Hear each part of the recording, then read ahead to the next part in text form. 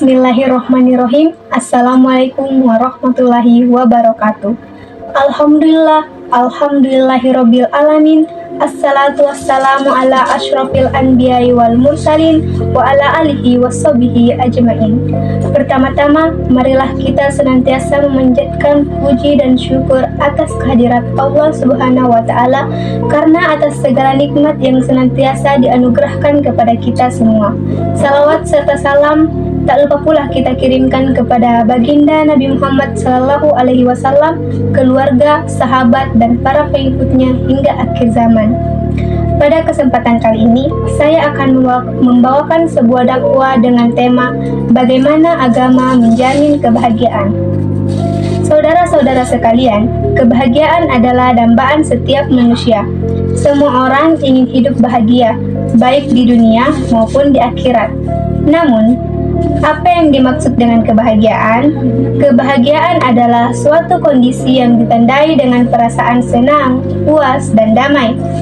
Kebahagiaan bisa dirasakan secara lahiriah maupun batiniah. Kebahagiaan lahiriah bisa berupa terpenuhinya kebutuhan materi seperti makanan, pakaian, tempat tinggal, dan kendaraan.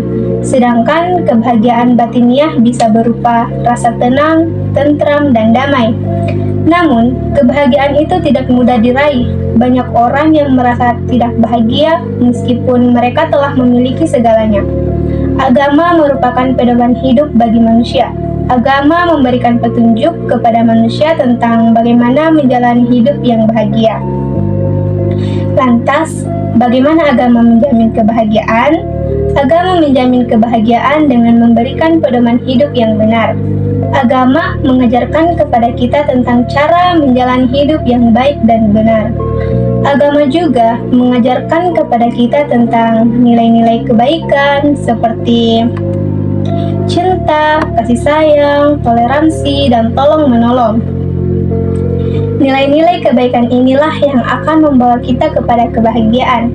Ketika kita hidup dalam cinta, kasih sayang, toleransi, dan tolong-menolong, maka kita akan merasakan kedamaian dan ketenangan dalam hati. Kita akan merasakan bahagia. Selain itu, agama juga mengajarkan kepada kita tentang pentingnya bersyukur. Ketika kita bersyukur, maka kita akan merasa cukup dengan apa yang kita miliki. Kita tidak akan merasa iri atau dengki kepada orang lain. Kita akan merasa bahagia dengan apa yang kita miliki. Kebahagiaan merupakan kebutuhan asasi setiap manusia. Sekarang, banyak persepsi tentang kebahagiaan. Ada yang berorientasi pada duniawi, ada yang berorientasi pada ukhrawi, dan tidak sedikit yang nihil orientasi. Boleh jadi, ada orang yang menurut penilaian orang lain, ia adalah orang yang paling bahagia di dunia ini karena dikelilingi kemewahan dan fasilitas yang lengkap. Tetapi, ternyata manusia ini tidak merasakan kebahagiaan. Di sisi lain, boleh jadi ada orang lain yang menurut orang lain, orang ini adalah orang yang paling menderita di hidupnya. Ternyata, dia justru merasakan kebahagiaan dalam hidupnya. Oleh karena itu, agama sebagai tuntunan umat manusia agar manusia bisa merasakan kebahagiaan yang sesungguhnya. Kebahagiaan dalam bahasa Arab itu memiliki banyak term antara lain asyhada, al-farhu, al-falah, as-surur, dan sebagainya. Yang artinya adalah kebahagiaan itu sendiri kesenangan, kemenangan, dan sebagainya. Nah, sementara pada para ahli memberikan definisi tentang kebahagiaan, Al-Alusi misalnya mengatakan bahwa kebahagiaan adalah ketercapaian harapan-harapan seseorang. Maka ketika harapan-harapan seseorang terpenuhi, keinginan-keinginannya terwujud dan cita-citanya tercapai, maka menurut Al-Alusi, dialah orang yang bahagia.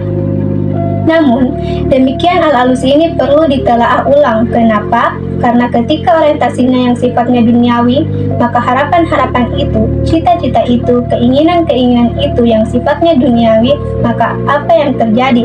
Inilah yang sering terjadi, apa yang disebut di mana materialisme menjadi panglima, di mana harta kekayaan, jabatan, pangkat, dan kedudukan, serta popularitas atau ketenaran menjadi dewa yang diagung-agungkan. Itulah sebabnya Al-Ghazali membedakan kebahagiaan itu menjadi dua, yaitu kebahagiaan hakiki dan kebahagiaan majasi atau kebahagiaan semu. Kebahagiaan semu adalah kebahagiaan yang sifatnya duniawi atau materi. Nah, ketika manusia hanya berorientasi pada kebahagiaan majasi atau tidak pernah berpikir untuk meraih kebahagiaan hakiki, itulah sehingga sering terjadi kematian bunuh diri oleh seseorang yang sangat populer. Disinilah pentingnya kita memahami apa yang disebut dengan kebahagiaan hakiki yang disebut oleh Al-Ghazali. Makanya, Al-Ghazali mengatakan bahwa kebahagiaan itu adalah kondisi spiritual yang dirasakan oleh manusia ketika berada di puncak ketakwaannya. Maka ketakwaan itulah yang sesungguhnya kebahagiaan yang sesungguhnya dirasakan oleh manusia. Ini sejalan dengan apa yang diungkapkan oleh pakar yang mengatakan bahwa kebahagiaan itu adalah perpaduan antara penerimaan, dalam bahasa agama disebut dengan qanaah, dan kasih sayang, dalam bahasa agama disebut dengan rahmat, dan prestasi dalam bahasa agama disebut dengan amal soleh. Ketika ketiga ini mampu kita padukan dalam hidup kita, antara penerimaan qanaah, siap menerima setiap keputusan ilahi, apa yang kita jalani dalam hidup ini, dan kita mampu berkasih sayang dalam hidup ini, dan meraih prestasi dalam hidup ini, maka itulah kebahagiaan yang bisa kita capai.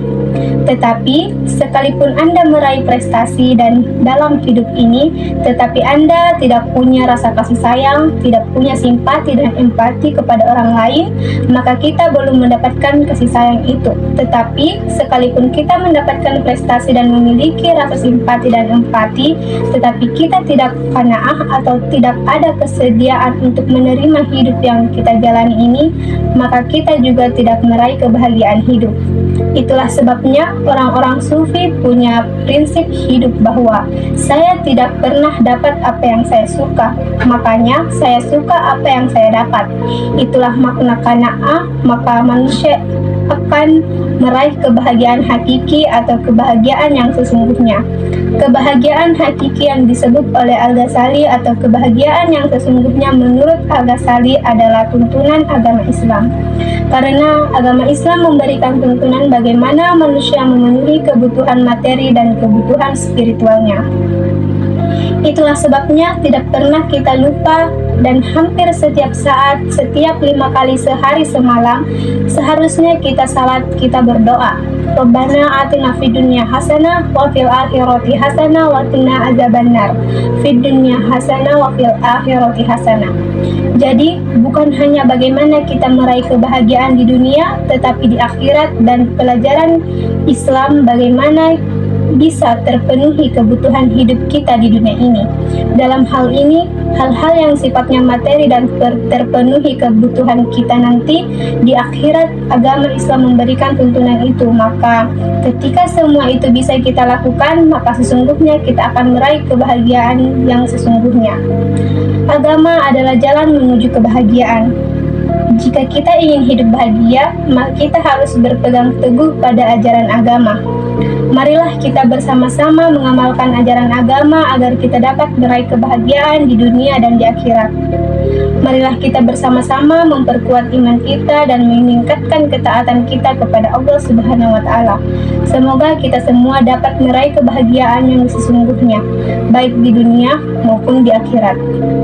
Mungkin hanya itu yang dapat saya sampaikan. Lebih dan kurangnya mohon dimaafkan. Billahi taufiq wal hidayah. Wassalamualaikum warahmatullahi wabarakatuh.